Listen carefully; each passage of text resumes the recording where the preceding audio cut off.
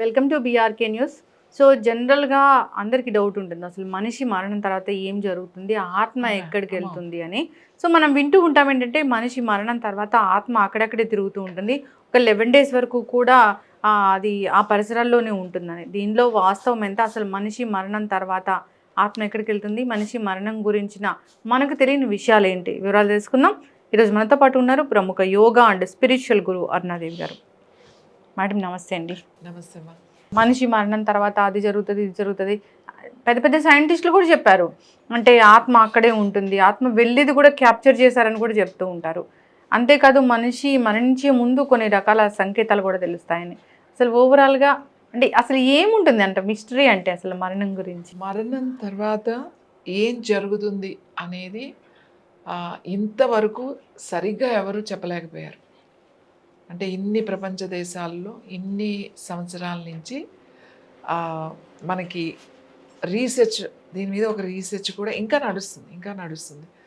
వాళ్ళు ఏదో ఒక ఆర్టిఫిషియల్ కెమెరాలు చూపించి ఆత్మ వెళ్ళిపోవడం అలాంటివి తయారు చేసి చూపించారు. కానీ మన పెద్దలు అంటే మన ఋషులు, యోగులు వీళ్ళంతా ధ్యానంతో జ్ఞానాన్ని సంపాదించి ఆ జ్ఞానంతో వాళ్ళు ఆత్మ అనేది ఒకటి ఉంది, ఈ ఆత్మకి దీనికి ఎప్పుడు అంటే చావడం అనేది లేదు, ఆత్మకి అది సూక్ష్మ రూపంలో ఉంటుంది.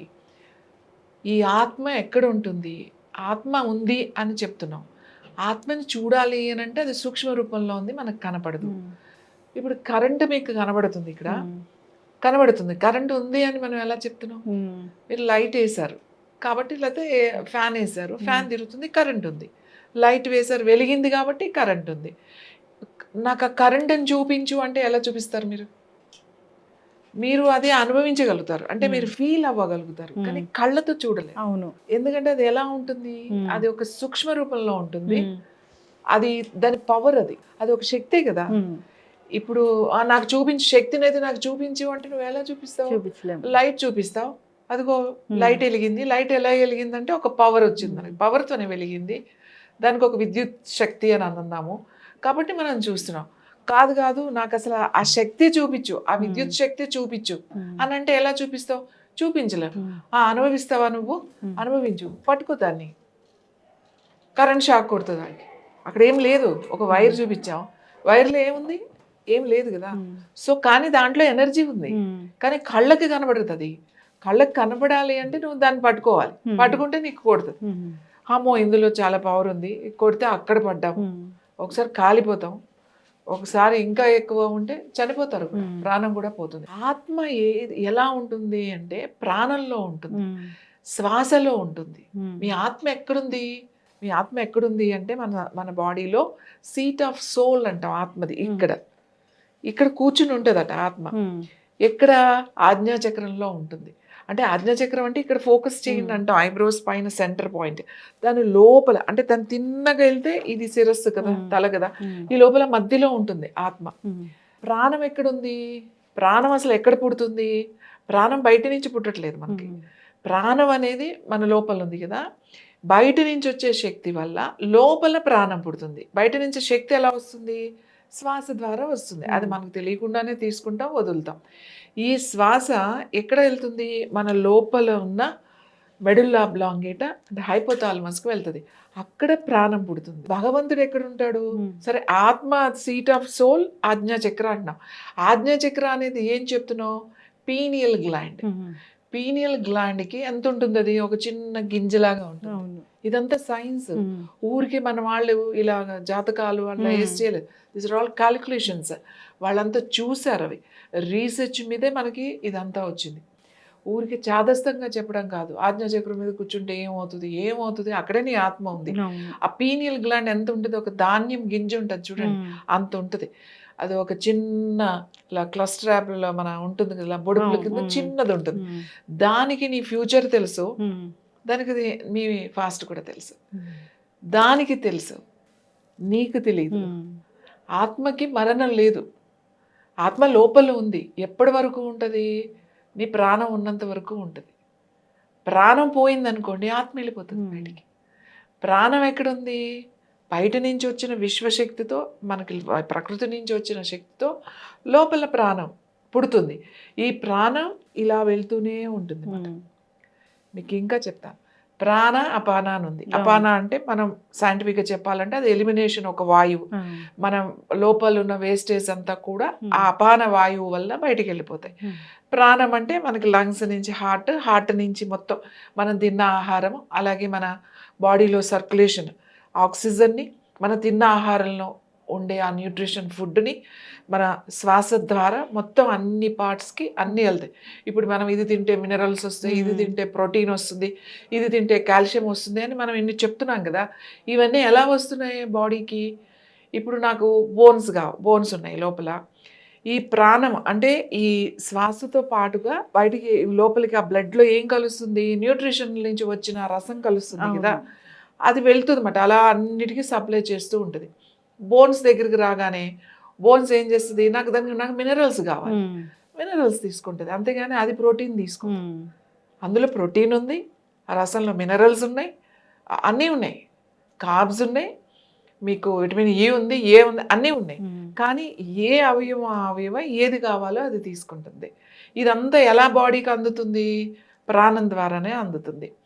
ఈ ప్రాణం ఉన్నంత వరకే ఆత్మ లోపల ఉంటుంది. ఈ ప్రాణం ఆగిపోయింది అనుకోండి, ప్రాణం ఆగిపోతే ఏముంటుంది? ఇంకా ప్రాణం పోయిందండి, ఇప్పుడే ప్రాణం పోయింది అని అంటారు. అయ్యో, అంటే పోయిన తర్వాత ఎంతసేపు ఉంటావు? ఆత్మ కూడా ఉండదు, వెంటనే బాడీని వదిలేయాలి. ప్రాణం లేకపోతే ఆత్మ ఉండదు, పరమాత్మ కూడా ఉండడు. పరమాత్మ ఎక్కడ ఉంటాడు? ఇక్కడ ఆత్మ పరమాత్మ లోపలే ఉన్నాడు. ఇప్పుడు ఈ బాడీని ఎవరు తయారు చేసుకున్నారు? ఎవరు డిజైన్ చేశారు? మిమ్మల్ని ఇలా ఉండాలి అని ఎవరు డిజైన్ చేశారు? భగవంతుడు డిజైన్ చేశాడు, అంతే. గాడ్, శివ, లేకపోతే ఒక ఎనర్జీ. నీకు పేర్లు అంటే నీకు ఇష్టం లేదు, ఎనర్జీ అని అనుకో, ఒక శక్తి. అది ఏ శక్తి? అది విశ్వం నుంచి. సూర్యుడిని నడిపించే శక్తి అదే, చంద్రుడిని నడిపించేది శక్తే. ఈ స్పేస్లో ఏమేమి ఉన్నాయో ప్రాణులు ఏది ఉన్నా అన్నిటి నుంచి వచ్చే శక్తి అదే మననే, అది కదా. మనల్ని డిజైన్ చేసుకున్నారు. ఎవరు డిజైన్ చేశారు? భగవంతుడు. ఆ భగవంతుడు ఎందుకు డిజైన్ చేసుకున్నాడు? ఆయన ఉండడానికి. ఎందుకు ఆయన మరి ఒకటో రెండిట్లోనే ఉండొచ్చు, ఇన్ని ఎప్పుడు ఉండాలా? సర్వాంతర్యామి అని అంటాం. అంటే సర్వాంతర్యామి అంటే అన్ని చోట్ల ఉంటాడు ఆయన. ఇక్కడ లేడు అనడానికి లేదు. ప్రతి వస్తువులోనూ ఏదైతే ఇక్కడ సృష్టిలో ఉందో అన్నిటిలోనూ కూడా ఉంటాడు ఆయన. కాబట్టి అందుకే సర్వాంతర్యామి అని అంటాం మనం. సో ఆత్మ పరమాత్మ ఉంది. శ్వాస ఆగిపోయింది, ప్రాణం పోయింది. శ్వాస ఆగిపోయినప్పుడు, ప్రాణం పోయినప్పుడు ఈ ఆత్మ ఆ శరీరాన్ని వదిలేసి వెళ్ళిపోతుంది. మన బాడీలో శ్వాస ఆగిపోతే అంటే ప్రాణం పోతే ఆత్మ బయటికి వెళ్ళిపోతుంది. కానీ దానికి అన్నీ గుర్తుంటాయి. అందుకే మన సాంప్రదాయం ఎలా ఉంది అంటే, మన కల్చర్ ఎలా ఉంది అంటే, పర్టికులర్గా హిందూ కల్చర్ అని ఏదైతే చెప్తామో, చనిపోయిన తర్వాత కూడా మన కర్మకాండలు ఉంటాయి. చనిపోయిన తర్వాత కూడా ఒకటే ప్రాణం పనిచేస్తుంది. పంచప్రాణాల్లో 10 ప్రాణాలు ఉన్నాయి. పంచప్రాణాల్లో ఒకటే ప్రాణం, అదే ధనుంజయ అంటాం. అంటే చనిపోయిన తర్వాత ఆ ప్రాణం బాడీ డీకంపోజ్ అవ్వడానికి పనిచేస్తుంది. డీకంపోజ్ అవ్వడానికి పనిచేసేది కూడా ఒక ప్రాణమే. అది ముందు ఉండదు. అది ఎప్పుడైతే నీ శరీరంలో నుంచి ప్రాణం పోయిందో అప్పుడు చివరిగా ఈ ప్రాణం పనిచేస్తుంది అంట. దాన్నే ధనుంజయ అంటారు. పంచప్రాణాల్లో ప్రాణ, అపాన, సమాన, ఉదాన, వ్యాన, 10 ప్రాణాలు కృకుర, కూర్మ, నాగ, దేవదత్త, ధనుంజయ. మనం ఇలా రెప్ప వేయాలంటే కూడా ప్రాణ పని చేయాలి. మీకు ఎక్కుళ్ళు వస్తూ ఉంటాయి, ఆవలింత వస్తుంది, దేవదత్త అని అంటాం, కృకుర అని అంటాం, నాగ అని అంటాం. ఆవలింత రావాలన్నా, మీకు దగ్గు రావాలన్నా, ఎక్కుళ్ళు రావాలన్నా, కన్ను మూసి తెరవాలన్నా, ఇన్ని ప్రాణాలు అంటే ప్రాణ అంటే ఇక్కడ వాయువులు, ఇన్ని వాయువులు మనకు పనిచేస్తాయి. అందులో ఇంపార్టెంట్ వాయువు ధనుంజయ అనేది. మనకు అవకాశం కూడా ఇవ్వకుండా కాల్చి మనం బూడిద చేసి ఆ బూడిదను కూడా తీసుకెళ్లి నీళ్ళల్లో వేసేస్తాం. ఇంకేమీ లేదు అక్కడ. ఎందుకు మనం బర్న్ చేసేస్తాము? ఎటువంటిది గుర్తుండకూడదు. ఆత్మ వెళ్ళిపోవాలి అక్కడికి, ఆత్మ ఇక్కడ ఉండకూడదు. అందుకని మన బాడీలో బరియర్ చేయడం అట్లాంటివి ఉండవు. ఖచ్చితంగా అగ్నిలోనే కలవాలి ఈ శరీరాన్ని. అగ్నిలో కాల్చి బూడిద చేసిన తర్వాత ఆ బూడిద కూడా ఉండదు. ఆ బూడిద ఎత్తి మళ్ళీ నీళ్ళల్లో కలిపేస్తాం, వాటర్లో కలిపేస్తాం. ఈ ఆత్మకి వెళ్ళిపోయిన తర్వాత కర్మకాండలు ఉంటాయి మనకి. చిన్న కార్యక్రమం అని, పెద్ద కార్యక్రమం అని. కొంతమంది 11 రోజులు, కొంతమంది 9 రోజులు ఇలా ఉంటుంది మనకి. 11వ రోజున చేస్తారు, దశదిన కర్మ అని చెప్పి చేస్తారు. ఎందుకు ఆ రోజు చేస్తారంటే చనిపోయిన దగ్గర నుంచి, అక్కడ చేసిన ఆ కర్మకాండలు చేసిన దగ్గర నుంచి రోజు అది పిండం అని పెడతారు, స్నానం ఉంటుంది, అన్నీ ఉంటాయి. 11వ రోజున ఇంకా మనం ఇంకా అది చేసేసి ఆ పిండదానం నువ్వులు అన్నీ చేసేసి ఆ కార్యక్రమం అయిపోయి మనకి పొత్తుర్లని ఇస్తారు. ఎన్ని ఇస్తారు, దానం చేస్తారు. ఒక్కొక్కరు దాంట్లో ఒక్కొక్కరు ఉంటాయి, దానాలు ఇవ్వడం ఇవన్నీ కొన్ని ఉంటాయి. సో ఏదైనా కూడా కార్యక్రమం ఒకటే చేసిన తర్వాత ఆ రోజు ఇంకా వెళ్ళిపోతుందట. మనం అందుకే చూడండి, పెద్దవాళ్ళు ఎవరైనా చనిపోతే, పెద్దవాళ్ళు కానీ చిన్నవాళ్ళు కానీ వెళ్ళిన వాళ్ళు ఓదార్పు మాటలు చెప్తారు, కానీ ఇంకొక మాట చెప్తారు, అంత ఏడవకమ్మా, 2వ రోజు 3వ రోజు 4వ రోజు ఏడవద్దు అని చెప్తారు. ఎందుకు నువ్వు ఇంత, కొంతమంది అంటే బాధ వాళ్ళకి, ఎవరైనా కావాల్సిన వాళ్ళ దగ్గర వాళ్ళు పోతే భరించలేరు, కొట్టుకుని ఏడుస్తూ ఉంటారు. అందుకే పెద్దవాళ్ళు ఎవరైనా తెలిసిన వాళ్ళు ఉంటే అలా ఏడవనివ్వరు. అమ్మ అలా ఏడవకూడదు, నీకు బాధ ఉంది కానీ దాన్ని దిగమింగుకో, ముందు ఉన్న కార్యక్రమాలు ముందుకు వెళ్ళాలి అని చెప్పేసి చెప్తూ ఉంటారు అన్నమాట. అంటే ఆత్మ ఇక్కడే ఉంటదమ్మా, పంపించేసేయండి, మీరు ఇలా ఏడవకూడదు అని చెప్తారు. అంటే ఏడిస్తే వెళ్ళదు అంటే అప్పటి వరకు ఆ 10 రోజుల వరకు ఆత్మ ఇక్కడే ఉంటదట. నా కొడుకు, నా కోడళ్ళు, లేకపోతే నా మనవలు, నా నా నా నా అని ఉంటదన్నమాట. సో అందుకని ఆ కార్యక్రమం అంతా చేస్తామన్నమాట. ఆయన ప్రయాణం చేయాలి, ఆత్మ ప్రయాణం చేసి మనకు 3 లోకాలు ఉన్నాయి. ఆ 3 లోకాలకి పంపించాలి కదా, ఆ ముందు వసులోకం పంపించాలి కదా. వసులోకం వరకు వెళ్ళడానికి ప్రయాణం పడుతుంది. వసులోకం వెళ్ళడానికి వాళ్ళకి 1 రోజు, మనకి సంవత్సరం. అందుకే సంవత్సరికం కూడా చేస్తాం, సంవత్సరికం రోజును కూడా చేస్తాం. ఆ సంవత్సరిక రోజును చేస్తాం కదా మనం. చేసిన రోజు వాళ్ళు చేరుకున్నారు అక్కడికి, వాళ్ళు ఒక రోజు అన్నమాట, ఆత్మ వాళ్ళకి 1 రోజు, మనకి 1 సంవత్సరం. అందుకే మనం మళ్ళీ సంవత్సరీకం ఖచ్చితంగా చేస్తాం. ఇంకా తర్వాత కొంతమంది చేస్తారు, కొంతమంది ఆ కార్యక్రమం ఖచ్చితంగా చేస్తారు. ఎప్పుడు చనిపోయినా అది ఆనవాయితీ. ఇప్పుడు వాళ్ళకి ఇంపార్టెన్స్ తెలియదు, ఇది ఇలా చేస్తాం, ఇలా చెయ్యాలి, ఇది ఒక పద్ధతి, ఇది ఒక సాంప్రదాయం అని ఎందుకు పెట్టారు? వాళ్ళు తెలుసుకున్నారు ఆత్మ ఉంది, ఆత్మ సూక్ష్మ రూపంలో ఉంటుంది, మనకు కనపడదు, మనం వాటిని పంపించాలి అంటే వాళ్ళు సంతోషంగా వెళ్ళాలి అని అంటే ఇలా ఉంటుంది. తర్వాత వాళ్ళ 1 రోజు కదా. అందుకే ఈ నెల మాసికాలని చేస్తారు, ప్రతి నెల మాసికం చేస్తారు. అలాగే మళ్ళీ త్రైమాసికం అని చేస్తారు. కొంతమంది 6 నెలలకి మళ్ళీ సంవత్సరికం చేస్తారు. సంవత్సరికం రోజున ఇంకా వెళ్ళిపోతుంది అంటే మొత్తం ఈ మన లోకం నుంచే వెళ్ళిపోయింది అన్నమాట. సో ఆత్మ ఎక్కడికి వెళ్ళింది, ఎక్కడికి వెళ్తుంది? స్వర్గం ఉందా, నరకం ఉందా అసలు, లేకపోతే మనకి పనిష్మెంట్స్ ఉన్నాయా అక్కడ? మనం చెప్పినట్టుగా గరుడ పురాణంలో చాలా ఉంటుంది. చాలా మంది గరుడ పురాణం చదవరు. గరుడ పురాణం ఎవరైనా చనిపోతేనే చదవాలి అని ఉంటుంది. ఏదో చెప్తారు కదా మ్యామ్, గరుడ పురాణం ఇంట్లో ఉంచుకోకూడదు అట్లాగా. అలా అని ఏమి లేదండి. ఎందుకంటే గరుడ పురాణం అంతా నువ్వు పోయిన తర్వాత ఏంటి, నువ్వు ఇప్పుడు చేసే కర్మలు ఏవైతే ఉన్నాయో ఇవన్నీ నువ్వు పోయే కదా, నువ్వు పోయిన తర్వాత కూడా అనుభవిస్తావు. నువ్వు ఇది చేస్తే నీకు ఈ పనిష్మెంట్ ఉంటుంది, నువ్వు ఇది చేస్తే ఈ పనిష్మెంట్ ఉంటుంది. ఇలా గరుడ పురాణం యాక్చువల్లీ బాగా అర్థం చేసుకోవాలి. ఎప్పుడైనా సరే మనము చనిపోయిన వాళ్ళని మర్చిపోవాలి. అది కొంతమంది చూడండి, సంవత్సరాలైనా మనం కదిలించగానే ఏడుస్తూనే ఉంటారు. అయ్యో అయ్యో అయ్యో అంటాం. ఏడవకండి, ఎందుకు ఏడుస్తున్నావు? పోయిన వాళ్ళు నీకు బాధ ఉంటుంది, నీకు ఇంపార్టెన్స్ ఉంది కంటే బాధ, కానీ ముందుకు వెళ్ళిపోవాలి. అందుకే భగవంతుడు మనకు మతివారు కూడా ఇస్తాడు. అది వెళ్ళే కొద్ది టైం వెళ్ళే కొద్ది మనం అది మర్చిపోతూ ఉంటాం అన్నమాట. మన దాంట్లో కలుస్తూ ఉంటాం, మన పనుల్లో మనం పడిపోతూ ఉంటాం. అలానే ఉండాలి, అదే నిజం. ఆత్మ ఎటు వెళ్తుంది అని అంటే, మీరు ఏది అనుభవించాలన్నా, స్వర్గం అనుభవించాలన్నా, నరకం అనుభవించాలన్నా, ఏది అనుభవించాలన్నా ఇప్పుడే బాడీతోనే అనుభవిస్తాం.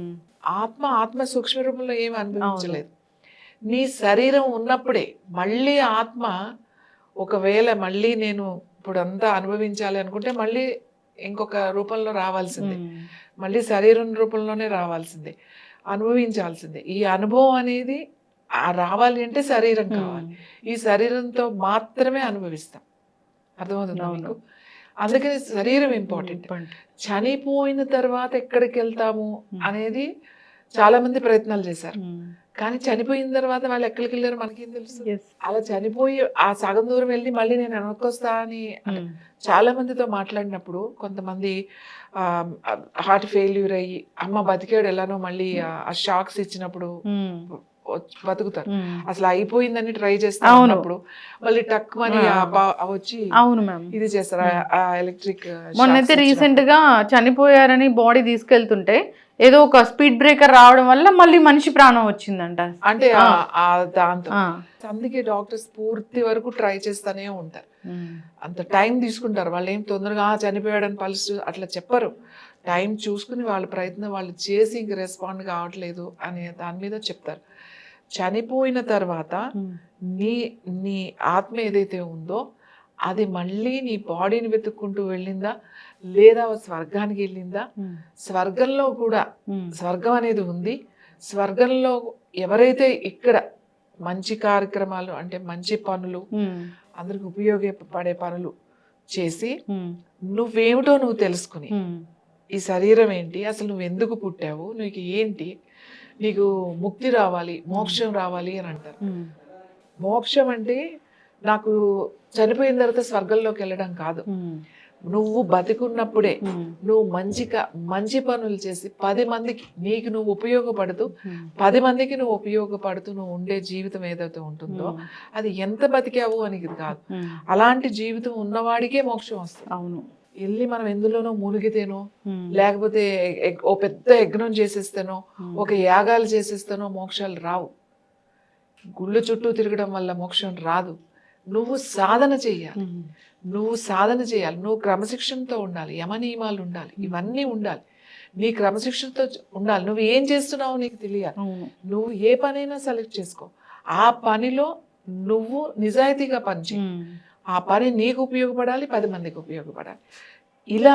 ఇలా చేసిన వాళ్ళు స్వర్గానికే వెళ్తారు. స్వర్గంలో మళ్ళీ ఎవరట? అక్కడ స్వర్గంలో ఎవరుంటారు?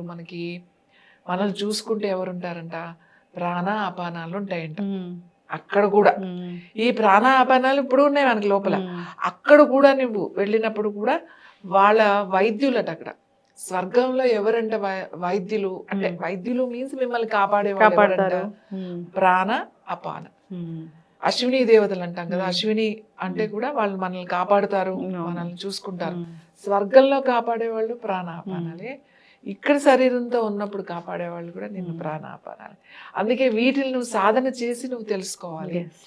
అందుకే మేము యోగ మార్గంలోకి వస్తే ఇదంతా అర్థమవుతుంది. ఈ ఆత్మ ఏంటి, అసలు పరమాత్మ ఏంటి, మన బాడీలో ఎక్కడున్నారు, అసలు లోపల ఎక్కడున్నారు, సైంటిఫిక్గా ఎక్కడున్నారు అనేది నువ్వు సాధన చేయి.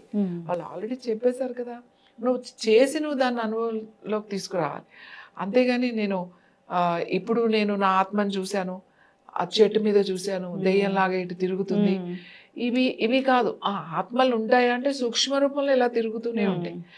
అవి మనం చూడలేము. బట్ హార్మ్ చేస్తాయా మనకి? అవి హార్మ్ చెయ్యవు. ఒకవేళ ఆత్మలు ఇక్కడ తిరుగుతూ ఉంటే నిజంగా వాటికి హార్మ్ చేసే శక్తి ఉంటే అది మనల్ని హార్మ్ చెయ్యాలి అని అనుకుంటే అది మళ్ళీ పుట్టాలి. ఫిజికల్ గా ఒకటి మళ్ళీ పుట్టాలి. పుట్టడం అంటే ఆత్మలు వచ్చి మిమ్మల్ని పట్టుకుని మీ చేత చేయించడం అలాంటివి కాదు. మళ్ళీ జన్మ రావాలి. మళ్ళీ జన్మ రావడం కూడా అది ఒక అదృష్టమే. నేను ఇప్పుడు మనిషి జన్మలో పుట్టాను, రేపు ఇంకొక జన్మ కూడా మనిషి జన్మ రావడం అదృష్టమే. అంతేగాని మనిషి జన్మలో పుట్టే ఇంకొక అవకాశం మనకు వచ్చినప్పుడు అది మనం ఉపయోగించుకోవాలి, అసలు మనం తెలుసుకోవాలి. అందుకే ఏం చెప్తారు, సాధన చేయాలి అని చెప్తారు. సాధన చేస్తే నీకు నీ ఆత్మ ఏంటి, నీ పరమాత్మ ఏంటి అర్థమవుతుంది. ఇక్కడ ఆత్మ పరమాత్మ కూడా ప్రాణ రూపంలో ఉన్నారు, మన లోపల ప్రాణ రూపంలో ఉన్నారు. అందుకే ప్రాణే ఋషి ప్రాణే ఆత్మ అని చెప్తారు. ఈ ఆత్మ ఎక్కడికి వెళ్తుంది అంటే స్వర్గానికి వెళ్తున్నావా నరకానికి వెళ్తున్నావా మన వాళ్ళు ఫిక్స్డ్. నువ్వు ఇక్కడ మోసం చేసి ప్రతిరోజు ప్రతి ఒక్కరిని మోసం చేసి లేకపోతే పిచ్చి పనులు చేసి నువ్వు ఎంత చేసినా కూడా, నువ్వు ఎంత గుడులు కట్టినా, నువ్వు రోజు కూర్చుని అక్కడ భజన చేసినా, అమ్మవారి ఉపాసన చేసినా, ఏది చేసినా కూడా నువ్వు వెళ్ళే మార్గం ఆల్రెడీ డిసైడ్ అయిపోయింది. నువ్వు పోయేది నరకానికి. అమ్మవారికి నేను ఇంత ఇచ్చాను, అయ్యవారికి కిరీటాలు చేయించాను, నేను చేస్తారు కదా అంటే అందరు నేను అనట్లేదు, నువ్వు చేసే పనుల్లో ఉండాలి. అవును, ఎంత పరిశుద్ధంగా ఉండాలి, ఎంత క్లీన్గా ఉండాలి, ఎంత స్వచ్ఛంగా ఉండాలి, అది నీ కళ్ళల్లో కనపడాలి. నిజాయితీ అనేది, క్రమశిక్షణ అనేది నిన్ను చూస్తే తెలియాలి. నీకు ఆ డిసిప్లిన్ ఉంది, ఆ నిజాయితీ ఉంది అనేది తెలియాలి.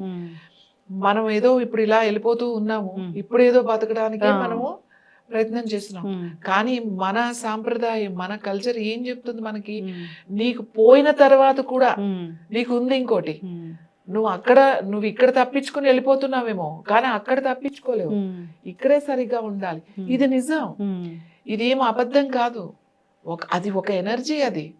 కానీ ఆత్మలు ఉన్నాయి కదా, ఇప్పుడు ఈ ఆత్మలన్నీ అందరినీ పట్టేసుకుని అట్లాంటి శక్తి లేదు. ఒకవేళ నిజంగా వాటికి ఉంటే మరి ఈ అందరినీ పట్టుకోవచ్చు కదా. అవును, ఇవన్నీ వేరు. ఇది అలాంటివి మళ్ళీ సైకలాజికల్ విషయం. ఇప్పుడు నేను చెప్తా, నా చిన్నప్పుడు మా ఊరు చాలా చిన్న ఊరు. మా ఊర్లో ప్రతిరోజు ఎవరికో ఒకరికి దెయ్యం పట్టింది అనేది ఏదో ఉండేది. ఒక దెయ్యం ఒకరికి పడితే మళ్ళీ ఎవరో ఇలా చనిపోయిన వాళ్ళ పేర్లే వినపడే. ఇది నాకు చాలా చిన్నప్పుడు ఇంట్రెస్టింగ్గా ఉండేది. ఎవరైనా అలా పట్టుకున్న వాళ్ళు భయంగా ఉన్నా వెళ్ళేవాళ్ళు అన్నమాట. దెయ్యం పట్టుకుంది అంటే అసలు చూడ్డానికి వాళ్ళ ఇంటికి వెళ్ళిపోయి అలా కూర్చొని చూసేవాళ్ళు ఏం చేస్తున్నారు. సో అలా పల్లెటూళ్ళల్లో అలా దెయ్యాలు పట్టుకోవడం, వదలడం, వాళ్ళని అలా బిహేవ్ చేయడం, పచ్చివి తినేయడం, లేకపోతే ఇంతంత తినేయడం, ఒక రకంగా ఆమో దెయ్యం పట్టింది. మామూలుగా ఉన్న వాళ్ళు అయితే అసలు ఎవరు అలా బిహేవ్ చేయరు. కాబట్టి దెయ్యం పట్టిందని భూత వైద్యులు తీసుకొచ్చి ఆ దెయ్యాన్ని తీసుకుని ఆ సీసాలు వేసి, అంటే ఇవన్నీ నేను చూసా.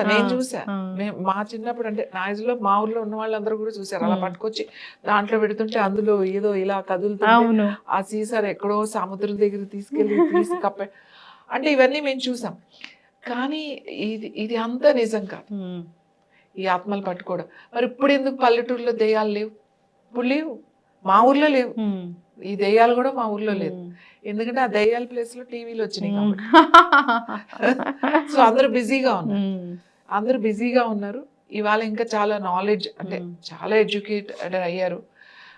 మొబైల్స్ ఉన్నాయి, అన్నీ ఉన్నాయి. How to behave, how to ఇది అనేది ఇంకా లేటెస్ట్ టెక్నాలజీ వచ్చింది. సో అవన్నీ పోయినాయి. ఇప్పుడు ఆ సైకలాజికల్ ఇష్యూస్ అన్నీ ఇప్పుడు లేవు. అందుకని ఇప్పుడు దెయ్యాల గొడవలు పెద్దగా లేవు. నేను ఏమంటున్నానంటే ఆత్మ ఉందా లేదా? ఎస్ ఉంది. ఆత్మ నీ బాడీలో కూడా ఉంది. పరమాత్మ కూడా, భగవంతుడు కూడా నీ బాడీలో ఉన్నాడు. ఆయన్ని మీరు మనం చూసుకోవాలి. ఆత్మని, భగవంతుడిని మనం చూసుకోవాలి. ఆయన లోపల ఉన్నాడు. ఆ లోపల ఉన్న వాడిని కాస్త చూడండి, కాస్త టైంకి పెట్టండి. చెత్తా చెదారం అంతా పెట్టకండి.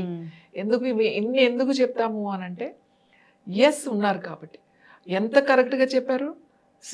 సోల్, ఆత్మ, సోల్ ఇక్కడ కూర్చుంటుందంట, పీనియల్ గ్లాండ్ దగ్గర కూర్చుంటుందంట. పరమాత్మ ఎక్కడ ఉన్నాడు? బ్రహ్మరంధ్రం, ఆ లోపల, ఆ థర్డ్ వెంట్రికల్లో అక్కడ ఉంటాడట. సోమరసం అనంట. ఆయన ఎప్పుడు ఇస్తూ ఉంటాడంట సోమరసం. అక్కడి నుంచి పుట్టి కిందకి వెళ్ళిపోతుంది. ఆ సోమరసాన్ని పట్టుకోండి అని అంటాం. ఇవన్నీ కూడా ఇది నిజం. కానీ మధ్యలో వేరే వచ్చినాయి కదండి, అవి నిజం కాదు. ఆత్మలు ఉన్నాయి. ఆత్మలు ఉంటే చూపించు అంటే ఏం చూపిస్తాం? ఆత్మ సూక్ష్మ. ఈ ప్రాణాన్ని చూపించు అంటే ఎట్లా చూపిస్తాం? అవును, ప్రాణం ఎట్లా చూపిస్తాం? ప్రాణం ఉందా లేదా అని చూపించమంటే ఆ నాడి చూస్తాం, ఆ ప్రాణం ఉందండి. హీట్ చూస్తాం, వేడి. ప్రాణం వెళ్ళిపోగానే శరీరం చల్లగా అయిపోతుంది. చల్లగా అయిపోయిందంటే ఇంకేం లేదు, ప్రాణం లేదు కదా. నాడి లేదు, పల్స్ లేదు, హార్ట్ కొట్టుకోవట్లేదు, బాడీ చల్లగా అయిపోయింది, ప్రాణం లేదు. చూపించవా అంటే కొన్ని శక్తిని నువ్వు ఎట్లా చూపించగలుగుతావు? చూపించలేవు. నువ్వు అది అనుభవించడం, నువ్వు తెలుసుకోవడం, అంతే. అది సాధనలో మీకు అది అర్థమవుతా ఉంటుంది. చాలా విషయాలు, జ్ఞానం ఎక్కడి నుంచి వస్తుంది అని అంటే నువ్వు సాధన చేసినప్పుడే వస్తుంది.